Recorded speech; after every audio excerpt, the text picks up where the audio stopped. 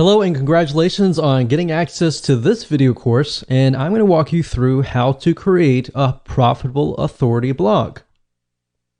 So this is video number 1, which is the introduction and getting started.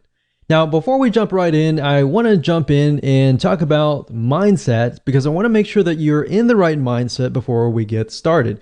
Because I'm a big believer that if you're in the right mindset, you'll be able to implement everything at a faster and more accurate pace. So what I found over the years is that too many blog owners fail because they focus on the misconception or the belief that if you have the right tools or you have the software tools or the WordPress platform or the right blogging platform, then you'll succeed. But the reality is that really, it's not about the blogging platform. It's not about the software tools or any of that. What really it's about is figuring out what your strategy is if your niche that you're going to go into is going to be profitable or not. That's really what it's all about. So the secret is to start with a niche that you are truly an authority in. So this video course is all about that, how to find your niche, but how to make sure that you're in fact the authority. And we're going to put things through a test, and you'll see several tests in the beginning to make sure that is true. Plus, in addition to that, you want to make sure, of course, that it is profitable, that you have enough products to sell, and that you can increase your revenue stream. So what I want to do now is give you a quick overview of what's inside this video course. So you know exactly what to expect, and then of course you'll be able to see all the pieces of the puzzle, and then you'll be able to implement them at a faster rate. So this of course is video number 1. Video number 2 is find a profitable niche. So we're going to do some brainstorming. And video number 3, we're going to do the longevity test to make sure that that niche can last a long time, for decades, literally. And video number 4, we're going to talk about the authority test to make sure that you are indeed the authority. How do you know? We'll ask some questions that you can answer. We'll put you through some tests to make sure that is the case. And of course, number 5 is going to be the competition test to make sure that you have enough competition. And video number 6, we're going to talk about the product test to make sure that everything is going to be profitable for you in the long run. Because the worst case scenario is you jump into a niche that has a high demand, but it's not necessarily profitable. And of course, video number 7, we're going to talk about topic generation. So we're going to take the niche that you decided upon, and I'm going to show you how to use free tools to gather intelligence to figure out what actual topics are in demand. Because it's easy to create topics out of our head, and that's great, and some of those might be high in demand, but we can verify these with actual tools online. And video number 8, we're going to talk about blog post creation. Video number 9, we're then going to talk about blogging platforms. So if you notice, a lot of videos 1 through 8 is all about strategy, planning, getting it right. And once you do that, then you can move on to setting up your blog. Then you can think about the software tools and all of that. All right. So with that said, let's move on to video number 2. Welcome back. This is video number 2, and we're going to talk about how you can find a profitable niche that you are an authority around. And as we're thinking about that, I want to ask you a question, which is, what are you interested in? What are you passionate in? And I want you to keep that question in your mind. And the reason being is because I want to address an issue. And the issue is that many people tend to choose niches based on profitability. And that's the wrong way. Here's what you should look for. You should look for something that you're interested in, because if you look at the profitability or the money first, you will fail eventually, because you will eventually run into a roadblock and you will get overwhelmed. It'll be boring and you'll have no interest in it to continue. And another thing is you won't look like you really know what you're talking about. So start with your passion. And the great thing about that is that people will trust you. They will begin to see that you're passionate about it. Have you ever been to maybe a blog or a webinar or something of other, and you have noticed that the speaker is not passionate whatsoever? They just feel like they're there because they're there. Does that really make you want to trust them? If they are not really passionate, that you can tell that they don't really know what they're talking about, but they're just trying to get by. That probably turns you off, right? Well, same goes here. You don't want to portray that in any way. What I'm trying to get here is that you want to portray yourself as the expert. And to do that, you need to be passionate about the niche. So over time, like I said, things will get boring and you will lose sight. And once you've lost sight, that is the beginning of failure. So what I'm trying to do is I'm trying to set you up for success. Now, here's an example here. A while ago, I considered a niche called scrapbooking. I had zero interest in it, but I did this because I was trying to follow the money. What happened was it flopped. It died. So what I realized over the last decade was what gets you over the roadblock is being passionate about the niche. So here's my recommendation to you, and I want you to take this exercise and just go ahead. Step one, just pull out a pen and paper, pause the video if you want to, and just sit down and just begin to jot down all of your hobbies, things that you've invested money into, things that you've been passionate about. Maybe it's something that your family's passionate about. Think about all the pains that you've been through or your loved ones have been through, and jot those down as well. Because let's be honest, if it's a pain, you've probably done enough research about it to know the advantages and disadvantages of certain solutions and all of that. So let's say, for example, you have had a kidney stone. If that's the case, then you passed it without needing surgery, then somebody else out there is probably going to want to learn from you, right? So you have some sort of experience in it. You felt the pain, you felt the suffering, you've been through and done that. So you can relate to the people that are going through it. So basically think of things that you're passionate about. And if you want to pause this video and just go ahead and do that, that's fine. After you've done that, step number 2 is now, out of these that you have written down, I want you to pick and choose the ones that you're extremely passionate about. Now, hold on to this because in the next video, we're actually going to discuss how to ensure that you can make sure that you can do this for the long term and that this passes the longevity test, which is the next video. Hello and welcome to video number 3, and we're going to talk about the longevity test. So here's a quick and easy short test that you can utilize to figure out if you're really passionate about the niche in the long term. Because you might be okay right now, but we really want to know if it's going to last for a decade or more. So in the previous video, you created many different topics and then you chose one. Now, the fact that you are passionate about this topic means that you're more likely to succeed in the long term, but we want to make sure that is the case. So here's what I want you to do. I want you to get a timer, whether it's your phone, whether it's your watch. From this topic, what I want you to do is try to jot down at least 10 to 15 different but very specific topics around this one topic. So in other words, let's do half an hour.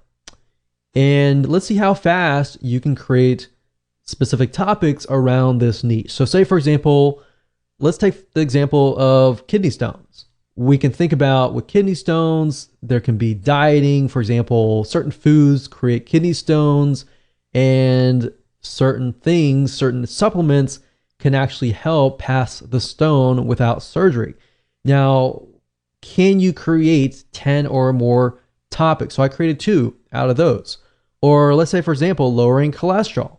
You know, we have dieting, we have exercise, we have cardiovascular exercise, we have aerobic exercise, we have other different options as well. So what we're trying to do is figure out how many topics you can create. So go ahead, Do that now, pause the video. If you got 10, great. If you got 15, super. If you got 20, awesome. But if you got at least 10 within less than half an hour, then that's a good sign. That means that in your brain, you're able to produce topics right away and that you're actually passionate about this niche. Now, are you stuck? Let's say you tried it and you weren't able to think of anything. If you're stuck, then that kind of means that you need to move on to the next one. So look back on the list of pains and hobbies, pick another one, and go through the cycle again until you find one that works. Now, here's the final test. Let's say you found something that you were able to write 10 for. Is this something that you would feel comfortable writing day in and day out? Is this something that you're willing to get educated about and increase your knowledge about, read books about from other experts, talk to other people about, surround yourself with people who enjoy this topic, and would you be happy with all of that? If you said yes to all of these questions, then this might be a good topic of choice. So that brings us to the authority test next. Hello and welcome back to video number 4. This is the authority test. When it comes to being authority, you always want to be one step or one level ahead of your audience. What do I mean by that? I mean, if your audience are newbies, you want to make sure that you are at least in the intermediate level. Or if your audience are intermediates, then you need to make sure that you are an expert in that niche. And the reason being is because you need to be several steps ahead to ensure that you answer their questions. In other words, you need to make sure that you can gain their trust by providing value, and that way they understand that you have been through what they are going through right now. Because if you're going through what they're going through right now, they might see you as the same level as them. They don't really see you as the authority. They see you as maybe somebody who's a friend or somebody who understands what they're going through, but not yet has encountered the future. See what I mean by that? You have encountered the future, and therefore you can give them advice and tips to help them. So people want to know essentially if you are ahead of them, because basically the reality is if you do not know what you're talking about, people can see right through you. They won't trust you, and in the end, they will not buy from you. Because at the end of the day, people buy from people that they like and trust. So trust is a bigger, major factor here. So that's really what this whole formula is all about, is how can we get people to trust you? And ethically and rightfully so, if you know the niche, you know the advice and the tips, and you've lived it, then you're more likely to be able to connect. And by connecting, you understand their struggles. You see where if you find somebody that's just profitable and you're relying purely on somebody to write the content for you, so you're missing that emotional connection. So at the end of the day, if you think about it, people buy for emotion. They don't buy for logic. They justify their purchases with logic. All right. So with that said, if you're one step ahead of everybody else, great. If you're not, it might be something to think about. With that said, let's move on to video number 5. Hello and welcome to video number 5, and this is the competition test. So the big misconception is that there's too much competition. Oh no, this is not a good niche to go into. If anything, that is actually far from the truth. Having a good amount of competition means that there is a buying market. Why? Because typically what this means is the competition has paved the way, they have educated the market, and they've placed products out there. If the market doesn't really know what the products are all about, your competition actually has to educate the market before people actually will buy them. So basically, instead of having to educate the market, you simply come in, provide lots and lots of value, and you can move in, you can find out what your competition is doing, what your competition is not doing, therefore is a demand in itself, and actually do it. So let me go ahead and show you how to find competing blogs, spy on them to do the necessary competitive intelligence. So technically you can go to google.com and do a search for blogs in your niche. But a tool that I like to use is called buzzsumo.com. That's buzzsumo.com. And the reason why I like this is because this site literally analyzes the content that performs the best within the niche.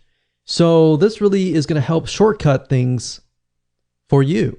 So if I go here and I type in, let's say for example, lower cholesterol, let's see what we get. Now, one thing to note is that BuzzSumo, it is a paid tool, but it will allow you to do some free searches as well. So if you want to pay for it later, that's fine if you get really serious. But for now, as starting out, you don't really need to pay for it. So if I type this in, you can see these are some blogs or websites that are actually getting a lot of engagement. And what you're trying to figure out is what are they doing to get that kind of engagement? So they have Facebook engagement, LinkedIn shares, Twitter shares, Pinterest shares. So obviously they definitely have social media. So what I want you to do is just jot down what do you see that they are doing that you could be doing. So let's just take a quick look at these sites and see what they're all about. And by doing so here, this is a good way to figure out topics as well, which we'll talk about later on. But let's just take a look at the sites and see what they are doing. So if we go here, it's theheartysoul.com, and we can see they have different sections, one for food, one for body, one for lifestyle, and it's just these three categories, and then they have subcategories within each. So for example, food, when it comes to lowering cholesterol, there's breakfast, there's snacks, there's entrees, there's salads, there's quick and easy meals, there's sides, there's desserts, beverages, specific diet, brands to avoid, herbs, spices, and more. So you could even jot these down if you wanted to and categorize them. And if we scroll down, we can see that this article here talks about statins don't lower cholesterol. So statins is something that it's a drug that people use to lower their cholesterol. But it's saying in this study that it increases cancer and memory loss risk. So obviously this is a very controversial type article, and that's what they're doing to get all these likes and shares and more. Now, if we go to the other blogs and just take a look at how their site is laid out. So they have a topics. It looks like they have very, very general. It's not necessarily related to health, but they do have one section related to health. But this looks like it's just an article. But you can see the length of the article is actually quite long. It's a good, decent size article, maybe about 700. No, it looks more like 1,000 words. But nowadays, your articles and your blog posts can actually get to the length of 1,500 to 1,000 words per blog post. And of course, if you have videos, that's good too, to get people to actually stay. So we can see that these sites don't really focus just on cholesterol, but they focus on the overall arching view of health. Now, what this allows you to do is this allows you to create a profitable authority blog based upon a very, very specific niche. If you focus only on, let's say, lowering cholesterol or how to pass a kidney stone without surgery, then that might actually allow you to convert more sales because the person that you are attracting is more likely to be in that mindset, right? So for example, if somebody comes to this blog, they might be interested in lowering their cholesterol, of course, because of lifestyle, but they might be coming here because they're interested in relationships. So it's not really targeted. So that, I think, is something that could be improved and something that you could even do yourself. So that's what I would do. I would go to these sites, jot down at least 10 or so things that they could improve and that you could follow, that they are doing that is working for them. And you can compare different blogs to make sure that all of these blogs are doing the same thing. If they're all doing the same thing and they're doing really well in that area, it might be something that you can actually mimic. Hello and welcome to video number 6, and let's go ahead and do the product test. Now, at this point in the time, you know for a fact that this is a niche that you want to go into. But what we need to do now is we need to make sure that we are going to be able to profit from this blog. So what you need to do as far as product creation goes is figure out if you have an unlimited supply of products that you can sell to your market. Because the more products that you have, the higher your revenue stream is going to be. Now, there are different routes that you can take. You can either find affiliate products, or in other words, products that other people have created, and you can direct your traffic, your bloggers to, and you can send them there, and if they buy, then you get an affiliate commission. So you get a cut. Basically, if the vendor has a product, let's say a video course, and they give you 50%, for every sale that you make, you get 50%. Now, the nice thing about this is you don't have to deal with customer support. The downside is you only get half of the commission. Now, if you create your own product, obviously, you get 100% commission. So you are the vendor, so you get 100% of the product. Now, that's the nice thing about products, but product creation definitely does take time. And a shortcut of that is what we call private label rights products. What that means is you have somebody who has created a video course or a report or an ebook or some sort of product, and they are giving you rights to put your name on it and make it as your own. So the person creating the private label product, their name is not on it, so you pretty much get all the credit. Now, if you go find a private label rights product in your niche, let's say, for example, lowering cholesterol, and you compile a ebook or a report that somebody can buy, or you can turn that report into a video course that somebody can buy. Either way, product creation or private label rights, you get 100% of the actual revenue. So here's the thing. Finding affiliate products is great. It allows you to focus on your blog. But if you're unable to find many affiliate products, that just means that you're going to have to create your own products or find private label rights products. But I want you to understand that at the end of the day, the more products you create, the more you actually control yourself. So you actually own these products. And if you have 5 different products, you can cross-sell them. If somebody buys product 1, you're more likely to present them with product 2, 3, 4, 5. And if they like you, and if they like your products, they're more likely to buy the other products. And that's the beauty of this, is you can pretty much do however you wish if you own the product. So what I want to do now is just head on over to Google. I'm going to show you real quick how to find products that you can sell if it's an affiliate product, or if you want a private label rights shortcut. So this is going to be a quick and easy exercise. Simply go to google.com, and then of course in the search box type in private label rights, and then place the next word to be your niche. So in this case, if that's lower cholesterol, let's see what we get. So you're going to see PLR or private label rights. You can do a search for PLR as well. Same thing, same acronym. And you can see that, this is $3.49. It's 30 days to lower cholesterol, PLR ebook. And you want to make sure that you see what's inside the ebook.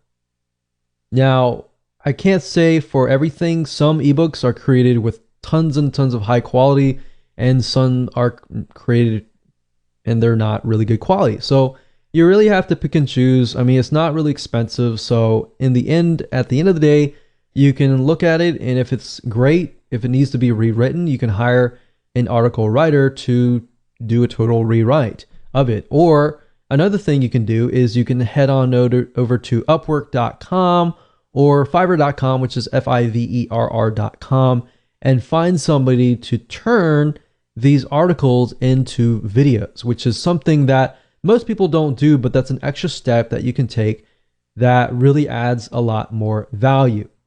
Now, aside from private label rights, finding affiliate products or products that have vendors who have created a product that you can promote to get an affiliate commission, you go to clickbank.com and you click on their affiliate marketplace and you type in a keyword here. So let's say cholesterol and see what we get. So out of this, we can see there's 122 products, which is a good thing. That means that we have enough products that we could potentially sell.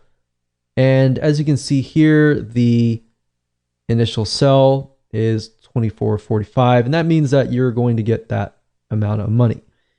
And some of these have rebill. So some of these have recurring membership sites attached to it. So if you sell it once, you can get paid over and over again over the course of a few months.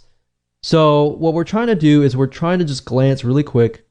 You don't have to buy anything right now. Just kind of get an idea. Is there actually affiliate products out there that we can sell and promote and get a commission? And we can see that there is indeed 122. All right. So another thing you can do is you can go to Google and we can say lower cholesterol or just cholesterol affiliate program and see what kind of affiliate programs are out there for products that are helping people lower cholesterol. And you would simply go here, you would take a look at it. You could contact the vendor to get more information or even get private access or complimentary access to the actual product to test it out to make sure that it is good for your list. So over time, if you build a list of, let's say 500 people or 1,000 people, over time you have more leverage the bigger your list is, or the more interactive your actual list is. So lists can be email lists, it can be Facebook likes, it could be Twitter followers, and more. But this just gives you an idea about what is actually out there and if you have enough products to sell on your blog for the future. Hello and welcome back. This is video number 7 and we are going to talk about topic generation. So it's time to go one step further and figure out a larger list of topics. Now, we obviously have a list that we created earlier, but we want to make sure that we verify that they are truly in demand.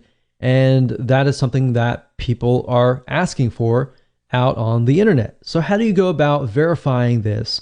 Let me go ahead and show you. So there are several tools that you can use that don't cost you any money to try to figure out topics that are in demand, that people are searching for. And the two sites are Google and SEMrush. Now, SEMrush does cost money, but at the same time, they do allow a free search, which gives you a limited amount of topics. And as you can see here, I went to SEMrush, that's SEMrush.com. And the keyword overview, as you can see here, I typed in lower cholesterol. So kind of following the topics that we've been talking about earlier. And as you can see here, you can choose countries, but I would advise just choose one country. And as you can see here, we scroll down, we can see phrase match keywords. So as far as lower cholesterol goes, we can see here how to lower cholesterol. We can see the CPC or what advertisers are willing to spend. And that's a good sign. If they're willing to spend money on a specific keyword, that means there is demand. As you can see here, foods that lower cholesterol lowering foods. So there's a lot about foods. You can see that there are other keywords as well. There's ad copies, there's organic search results. You can also use BuzzSumo as well to generate topics. And in addition to this, if we head on over back to google.com, up at the top here, if you put in the address bar a keyword, let's say, for example, lower cholesterol, you'll notice that as I begin to type things out, Google will actually try to complete your sentence with lower cholesterol diet, lower cholesterol fast, foods, exercise, and recipes. Now, if I were to, let's say, type in lower cholesterol, just flat out, and I scroll all the way down to the bottom, you will see a larger list of searches related to lower cholesterol. Now, what this allows you to do is it allows you to see the high demand searches. In other words, Google's not going to show keywords up at the top unless people are actually searching for them. So if thousands among thousands of people are searching for them, that's something to be aware of. Now, what this allows you to do is it allows you to drill deeper. So let's say, for example, that we want to do a search for lower cholesterol foods. And we do a search for that. And if you scroll all the way down to the bottom, you will see everything related to lower cholesterol foods. So we can see cholesterol in almonds, breakfast, food list, recipes, how to reduce it naturally without medication. So we can see that. And can I get an idea of the type of person that is searching? So we can see just from this list that the person searching is more likely to want to reduce their cholesterol, and with natural home remedies, with supplements, with dieting, and everything naturally. So if that's the case, let's do a search again for lower cholesterol plan and see what we get. So let's scroll down all the way down to the bottom, and we can see that the plan consists of diet plans, how to lose weight. So losing weight can be a factor. And we can see Indian diet plan. We can see Mayo Clinic diet plan. So many different diet plans. So what this allows us to see is allows us to see the overall general idea, which is lower cholesterol. And within that, we can see that there's things like dieting. So let's just create a notepad here. So lower cholesterol. And within that, we can see diet. We can see recipes, which recipes, of course, fits into diet. We can see exercise. You can ask yourself, what type of exercise? Lifestyle changes. What type of lifestyle changes? So as you're beginning to type these out, ask yourself questions that other people would ask, like what type, or what if, or why, or how, or when. So who, what, when, where, how kind of thing. So that way you can expand upon not just the general niche and the sub niche, but you can expand upon that. So you could see this diet and recipes could become one whole vertical of just topics, tons and tons of different diet plans, tons of different recipes, different types of exercises. We have, swimming, we have cardiovascular, aerobic type exercises, running, how long. And as you can see here, you can really dig deeper and deeper and deeper. So I would say just using Google itself allows you to really dig deeper, but utilizing other tools like SEMrush or BuzzSumo, or even going after the paid versions of these apps and digging up actual data that says, okay, this keyword is getting a $3 CPC, which means for every click somebody gets, they're actually paying about $3 cost per click. All right. So that's basically all you need to do right now is just do a little brainstorming, do a little researching, and create a list of topics that Google has proven to you that it is in demand. All right. So with that said, let's move on to the next video. Hello and welcome to video number 8. And let's talk about blog creation. How do you go about creating the blog posts now that you have a list of different topics that you might want to create? Should you use videos, or should you use articles, or how long should they be? Now, if you took a look at the BuzzSumo examples in the previous videos, you notice that the articles were pretty long. They were about 1,000 to about 1,500 words for an article. And that's pretty much standard nowadays. But if you can get to a point where it's like 2,000 articles and you have a video, that actually will keep the retention rate of somebody who lands on your blog. So that's the recommended thing to do, is to create an article, and you can outsource this if you want, but I would recommend you actually try to create the blog outline yourself, because if you're passionate about it, it's going to be easier. And one little tip that I have to say to speed up the process is be using something like your iPhone.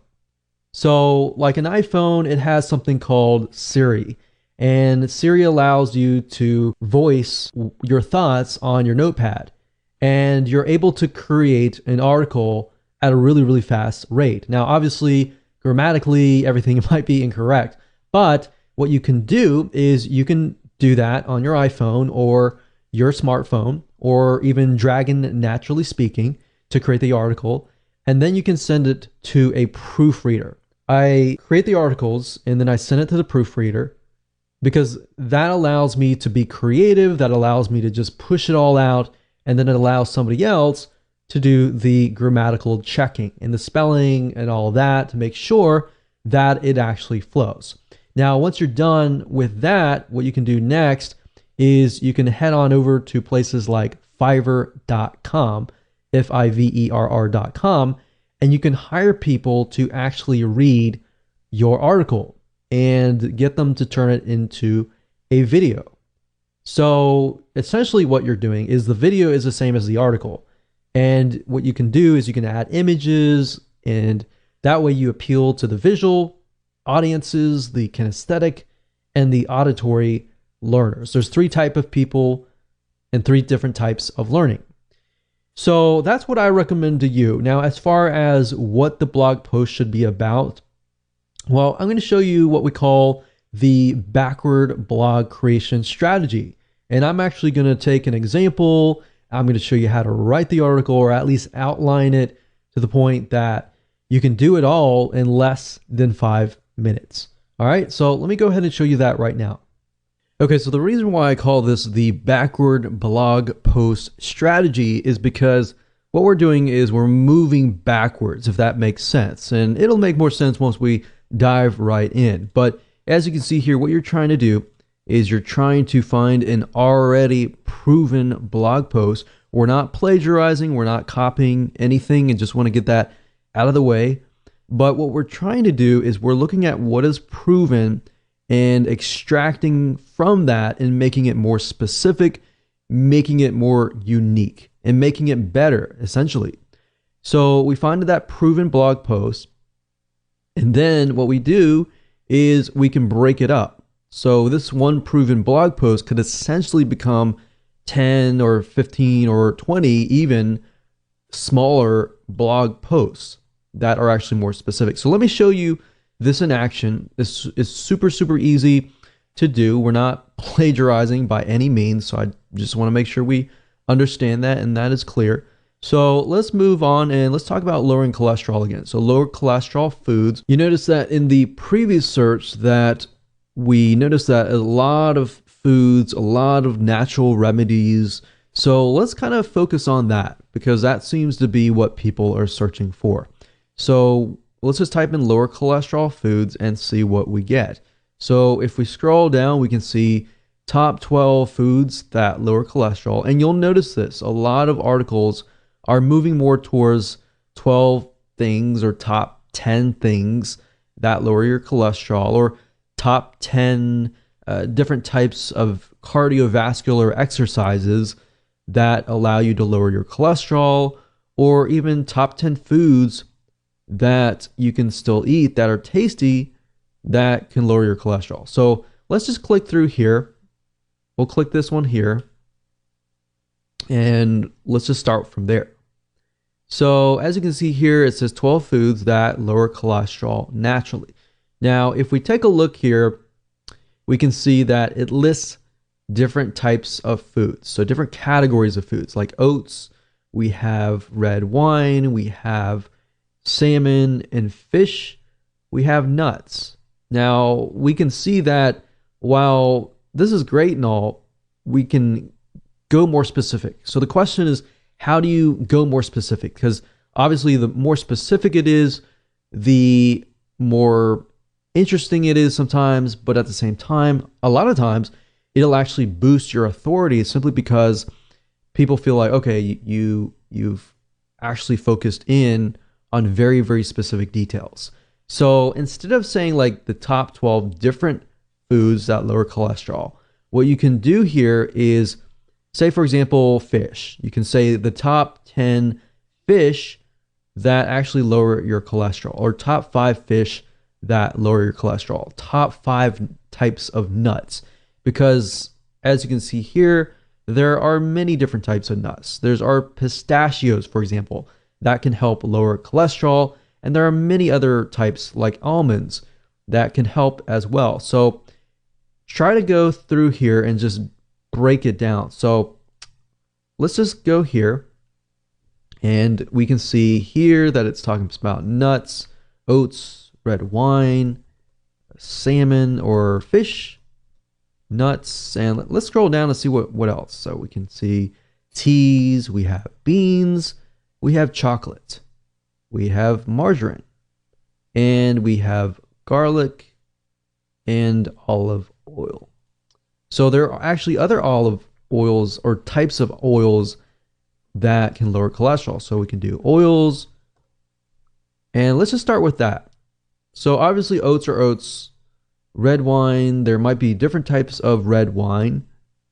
So maybe we could do top 5 types of red wine, or top types of fish, top 5 types of nuts, and top 5 types of oil that lower your cholesterol.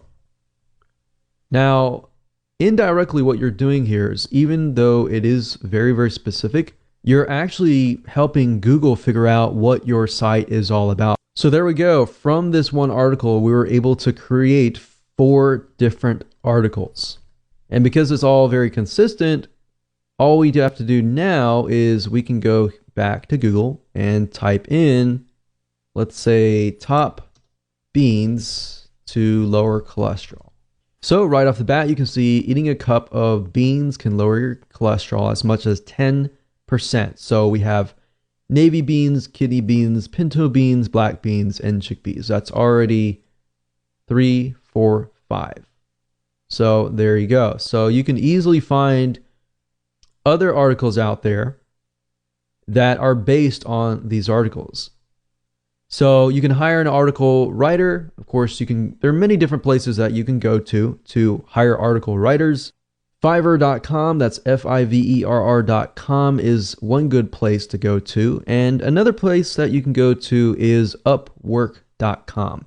And you can find very high quality article writers. And really all you need is a few. Just start out with one. And then, of course, as you expand, you can hire a few more. But what I like to do is I like to hire a couple first and see which ones I like, their writing style, and how well they work with you. And then you can outsource it. Or you can either do it yourself and very, very easily do it because you have it's more specific. The more specific it is, the easier it is to write. So for example, going back to nuts, we have number 1, pinto beans. Number 2, navy beans. Number 3, 4, 5. So all we need is 3 more, which we have those. So kidney beans, chickpeas, and butter beans.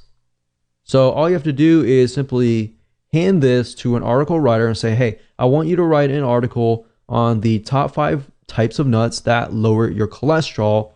And I want you to cover the what and the whys. So basically, this is how it goes. As far as writing a blog post, to make sure that they convert, you always want to cover the what and the whys. You can cover the whens, that's fine, but you don't really want to cover the how. The how is the solution. So the solution is a how, and that essentially is what you are trying to get somebody to buy your product, is the how.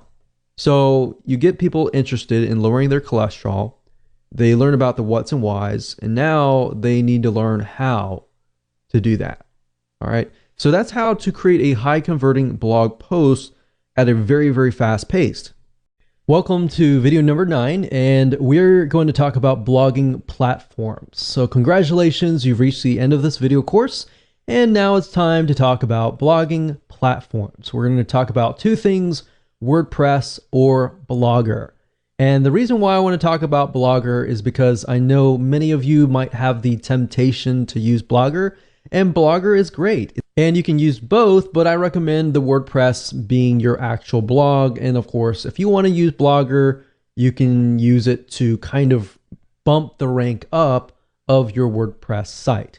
So let me explain. Blogger is owned by Google. It's also known as blogspot.com or blogger.com.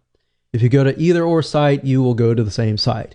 This is owned by Google, and it is able to rank super fast. In fact, you'll notice that many self-made authority figures in different niches like you are using blogger.com. And if you notice, they rank really, really fast in the internet. Now, here's the downside of Blogger or blogspot.com is you don't own it. So this means if you get banned for whatever reason, you lose your asset, right? Now, that's where WordPress comes in. Ultimately, you need to have your own asset, especially if you're building a business surrounding this. This is a serious thing. So that's why we recommend WordPress. And you need to buy your own domain. You need to buy your own web hosting. And usually, typically, most web hosting companies have WordPress.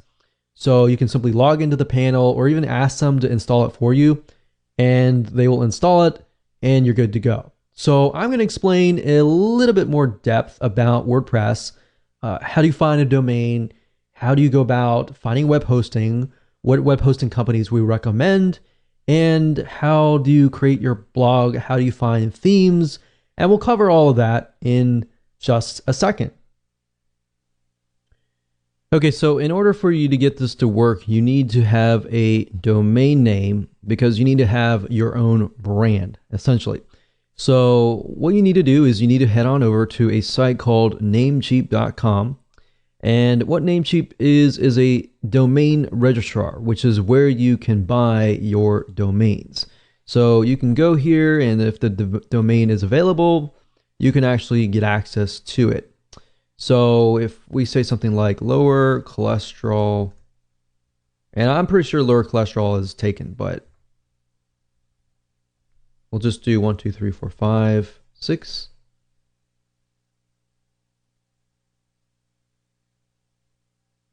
And we can see whether or not it is available. And I'm pretty sure it is just because it puts the numbers in it, but I don't recommend you do that. I just recommend that you find whatever domain that is great for you, and then of course add it to your cart, buy it, and you're good to go. So you pretty much have completed the domain part. Now you have to get web hosting. So essentially the way it works is this. If we go back over here, you need two things. You need a domain name, which is kind of like an address, and then of course you need to have web hosting. So if you think about it, a house or apartment, you always have an address, right? And of course the address points to a house. And then a house actually has furniture in it, and you can change the outlook of it, the design of it, on all that. That's basically what web hosting is all about. So what you need to do now is you need to find a web hosting company that specializes in WordPress, because you're going to be using WordPress. Now, just keep in mind that WordPress is a very intensive type software. So as you grow your WordPress site, it utilizes a lot of RAM, a lot of server processing speed as it grows. So that's just something to keep in mind. So what I recommend that you do, you can either go to Google and you type in top WordPress hosting companies and go from there, or you can specifically use the ones that I'm about to talk to you about. There's one site called knownhost.com. We've used them. They have one of the best customer supports as of now, and they're very, very fast. The one good thing about web hosting companies is, as far as trying to figure out whether or not they are good or not, is to figure out how fast their support really is. If you email them, and you might want to test it out, if you contact them and they take hours and hours to get back to you, move on to the next place, because that's a good sign to figure out whether or not, that's a good hosting company. But we've tested this particular host and we found that they're really good. So what you want to do is you can head on over to here, and what you're looking for with WordPress type web hosting is SSD. So any type of SSD is going to be really fast. So you can pick the $25 per month plan, for example, and this is going to be reliable because this is a reliable host. You always want to choose a reliable host. The next host that's good for web hosting for WordPress is a2hosting.com. And if you go here, you look for the cloud hosting, or you can look for the shared hosting. So if you click on cloud hosting, you can go through and purchase whatever you need. Typically what you can do is you can start out with the very basic plan, and then of course move up from there. So as you can see, A2 hosting uses SSD, which is what you want. If you see any hosting that is using something like HDD, which is a regular hard drive, then you might want to pass. So for example, there are a lot of web hosting companies out there. HostGator also provides WordPress hosting. I cannot recommend HostGator. Have not really had the greatest experience with them. But knownhost.com is a great web hosting company that we have tested, and it has been tried and true. So once you've gotten your domain and your web hosting, the web hosting company will provide you with information on how to connect the two. So they will provide you with that, and if you have any problems with that, you can talk to them about that. So basically, I can tell you for a fact, KnownHost utilizes what we call cPanel. So they're going to give you access to a cPanel, which then you can log in, and of course, they will give you access to what we call Softaculas. So what you do is you click on WordPress here, and this is basically an app installer. So instead of having to go to wordpress.org and install the 5-minute installation file, which really isn't 5 minutes, by the way, it's more like maybe 10 or 15 minutes or even more, depending on your expertise. So that's why I find this route is just a lot easier, because with this Softaculous, all you have to do is simply go down, click install now, and you fill in the details, and within less than 3 steps, you have installed WordPress. So up at the top, if you scroll down, you're going to see the in-directory option. What this means is basically if you want your WordPress blog to be installed on www.yourdomain.com, if that is the case, leave this blank. If you want to install the WordPress blog in a subfolder, then that's when you can actually enter a directory here. So if this case, we can just type in test blog, you fill in your site name, your description, and then of course your admin username and password. And then of course you can choose the advanced options, and then you can actually select a theme. So that's the nice thing about this particular app installer, is you can pick one, you can actually scroll through many different themes. And the nice thing about WordPress is you can literally change the whole design with a click of a button. You don't have to redo everything or anything like that. So if I want to go with this one, I can click select and click install.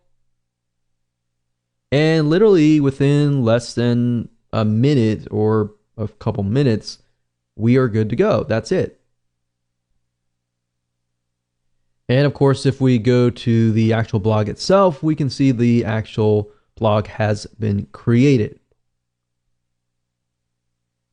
Now, the app installer is going to give you access to the WordPress administrator dashboard, as you can see here.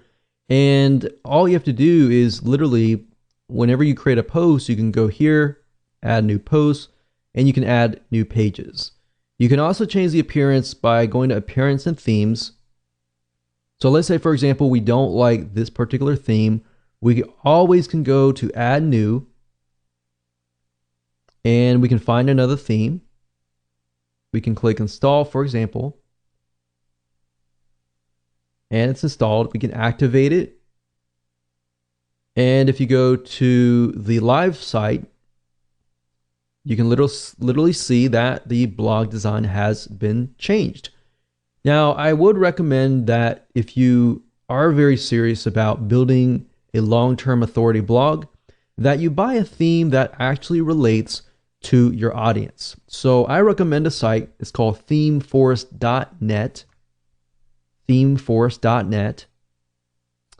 And if you go under WordPress, you can actually find different themes that relate to different markets. So for example, we have blog and magazine. And just because it says blog does not necessarily mean you have to use that theme. You can use a theme that is related to other different markets as well.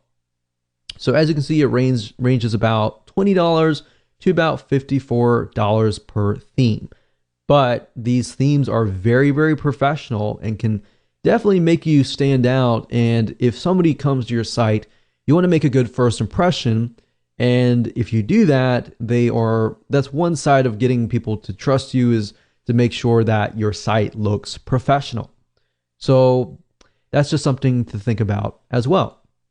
So I'm not going to go into too much depth about how to use WordPress. That's a different course for a different day. There's many different types of video courses out there that will teach you how to utilize WordPress, how to manage the site, and all that. But best of all, WordPress is great because it's very newbie friendly. And once you understand how to use it, it's very, very fast and efficient to create posts, to create pages, to add images, and all of that. Step number 8. Identify your list segmentation strategy. What is segmentation? Segmentation means separating your list subscribers into smaller sublists based on their specific interests or preferences. It's not enough that they are interested in your niche generally. It's not enough that they are looking to solve a certain set of problems. By breaking down their specific interests in your niche, you can send them more targeted information that could lead to them buying more products. You can also segment people based on their purchasing behavior. You are leaving a lot of money on the table if you keep most of your list members on your general info list. You can send update after update to this general list, and I can almost guarantee that the majority of the people are probably not going to buy stuff. Wouldn't it be a better use of your time to get this list of people to filter themselves by going on a buyer's list? Once they are on your buyer's list, you can then send better crafted or more targeted emails to get them to buy stuff. Implementing segmentation strategies. To get people to filter themselves into sublists, send email updates with links to more specialized email lists. These lists target more specific needs. Over time, as you send one update after another, these sublists will fill up with people. You then need to send specific emails targeting the particular interests of the people on those sublists. This increases the likelihood that people in the specialized list would buy something because you are pushing products and services that cater to their particular interests. The second way you can segment is to get people to sign up to sublists from the beginning. That's right, you're not starting out with a general list. Instead, when people go to your blog or your website, they see different ads for mailing lists. These ads actually talk about specific issues and are very different from each other. When somebody clicks on a particular ad, they sign up for a list that only talks about the issues raised by the ads. They also only offer incentives that address tightly defined specific issues. This is a slower way of building lists, but it's more targeted. With everything else being equal, the slow growth rate of your mailing list can be offset by the higher sales conversions of people signing up to those specialized sub-lists. The third approach you could take involves selling lower dollar items. You start with your general list, and you send one update after another promoting a $1 product. When people buy these $1 items, they end up on your buyer's list. Behind the scenes, they are automatically unsubscribed from your main list. Given enough time, you should have a fairly nice list of people who have bought $1 items. You then should focus most of your time crafting high-converting updates that target your buyer's list. This maximizes your return on effort. Instead of sending update after update to your general info list, hoping that people will buy a $20, $50, or even a $300 item, focus all your conversion firepower on a list of people who are tried and proven buyers. This saves you a lot of time and effort. You should still send updates to your general information list. However, you should space these apart and focus on value. You should also advertise only lower dollar items. If you do this right, you would be able to save a lot of money while making a lot of money. How is this done? First, you can easily see through your email list management system which of your list members are not opening your emails. You then prune these general information list members by automatically unsubscribing people who have not opened your emails. Whoever is left still opens your emails, and you still have a chance of converting these people into buyers later. If done right, segmenting your list into a general information list, then a buyer's list not only saves you time, but it also can save you money later. Be aware of your competitors' industry standard list segmentation. At this point, you should have already signed up to your competitors' mailing list. You should already know the topics that they send updates on. You should also be very familiar with the content of their updates. Pay attention to the common features of these emails and try to connect the dots. How do they segment their list members? Which of the general strategies described above are they using? Once you are clear as to their segmentation strategy, you might want to start there. Again, this is the industry standard. You're not exactly married to it. You can change it up later. You can make improvements based on how your list behaves. Don't neglect this segmentation strategy. Let's face it, people do unsubscribe. This is a fact of life. Don't think that just because you work hard to offer the right incentives to the right people, that they would remain loyal to your list. People do sign up, and after some time they unsubscribe. However, you can reduce your unsubscribe rate by simply asking people who wish to unsubscribe to change the update frequency of their membership on your list. Depending on your list automation software, you can offer list members a choice as to how frequently you will send them updates.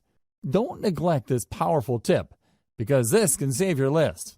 Instead of the vast majority of your list members unsubscribing after a certain amount of time, you can hang on to a large chunk of them and possibly convert them into buyers later.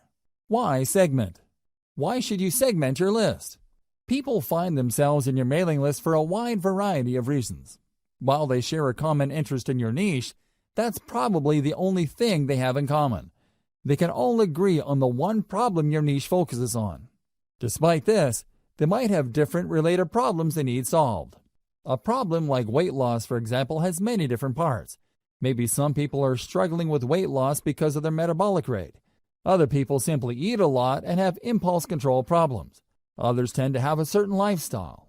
Whatever the case may be, these people agree on the common problem of weight loss. However, they may have different sub-problems they need addressed. As a result, they might need different stages of the conversion process. Some may need more information before they commit to buying a product. Others are already clear on the solution, but they just need a recommendation they can trust. Obviously, you can't send the same message to these people and expect the same results. It's just not going to happen. For every one person who is ready to whip out their credit card and make a purchase, there are probably dozens, if not hundreds of others who are still trying to make up their mind. Maybe they are looking for more information. Maybe they already have an idea, but they need to know more about specific solutions. Maybe others trust a solution but just need you to push them off that fence. Do you see the difference among these groups of people? This is where segmentation comes in. You need to set up a process where the people can be sent messages that will push them closer to the point of conversion. I've already covered the 3 strategies you should use to segment your mailing list. The following segmentation strategies are more detailed. Implement them after you've done the 3 main strategies listed above. You can segment your list members' emails using the following criteria. Location. If you tend to attract list members from many parts throughout the country, and you send out offers that can be regionalized, this may be a good option for you. Send only updates related to a specific region to people who live there. This makes the information more relevant to them, builds more trust, and leads to greater conversions down the road. Activity level. People who open your emails a lot have different expectations from people who casually open your emails. For people who are very big fans of your mailing list, you might want to ask them to sign up for another list in exchange for a reward. When they sign up for this other list, you can send them more frequent updates, and you can probably get away with trying to push them harder to buy stuff. They probably wouldn't mind because they already made it a habit to open and read your emails. Less frequent openers, on the other hand, can remain on your main list.